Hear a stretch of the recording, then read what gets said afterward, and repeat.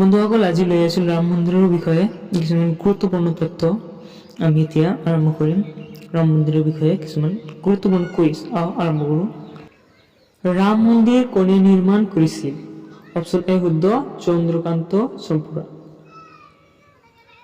ৰাম মন্দিৰৰ ভূমি পূজন কেতিয়া অনুষ্ঠিত হৈছিল? অপশ্যন চি 5 আগষ্ট 2020 চনত।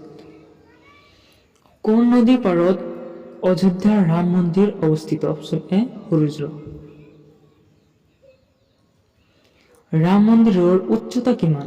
অপশ্যন ডি 161 ফিট উচ্চতা। ৰাম মন্দিৰত কিমানটা স্তম্ভ আছে? অপশ্যন ডি শুদ্ধ, 392টা স্তম্ভ আছে। ৰাম মন্দিৰ কিমান চনত উদ্বোধন কৰা হৈছিল? অপশ্যন ডি শুদ্ধ, 22 জানুৱাৰী 2024।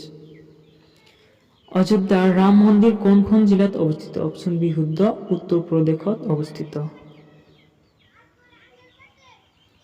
2024 চনত ৰাম মন্দিৰত জ্বলোৱা ধূপডালৰ দৈৰ্ঘ্য কিমান আছিল? অপশ্যন এ শুদ্ধ, 108 ফিট দৈৰ্ঘ্য আছিল। অযোধ্যাৰ বিবাদৰ শুনানি কিমান দিন চলিছিল? অপশ্যন বি শুদ্ধ, 40 দিন ধৰি এই শুনানি চলিছিল। বাবৰি মছজিদ কেতিয়া নিৰ্মাণ কৰা হৈছিল? অপশ্যন বি শুদ্ধ, 1528 খ্ৰীষ্টাব্দত বাবৰি মছজিদ নিৰ্মাণ কৰা হৈছিল। অযোধ্যাক পূৰ্বতে কি নামেৰে জনা গৈছিল? অপশ্যন এ শুদ্ধ, ফৌজাবাদ বুলি নামেৰে জনা গৈছিল অযোধ্যাক। অযোধ্যাৰ ৰাম মন্দিৰৰ আধাৰশিলা কোনে স্থাপন কৰিছিল? অপশ্যন ডি শুদ্ধ, নৰেন্দ্ৰ মোদীয়ে আধাৰশিলা স্থাপন কৰিছিল। কোন কোম্পানীয়ে অযোধ্যাৰ ৰাম মন্দিৰ নিৰ্মাণ কৰিছিল? অপশ্যন বি শুদ্ধ, এল&টিয়ে স্থাপন কৰিছিল। কিমান একৰ মাটিক লৈ অযোধ্যাৰ বিবাদ চলিছিল? অপশ্যন এ শুদ্ধ, 2.77 একৰ মাটি লৈ বিবাদ হৈছিল।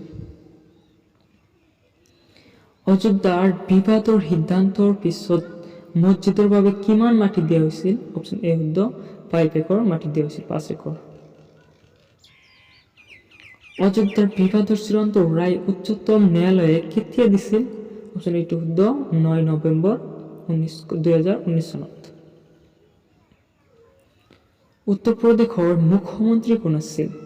অপশ্যন এ শুদ্ধ, যোগী আদিত্যনাথে আছিল উত্তৰ প্ৰদেশৰ মুখ্যমন্ত্ৰী।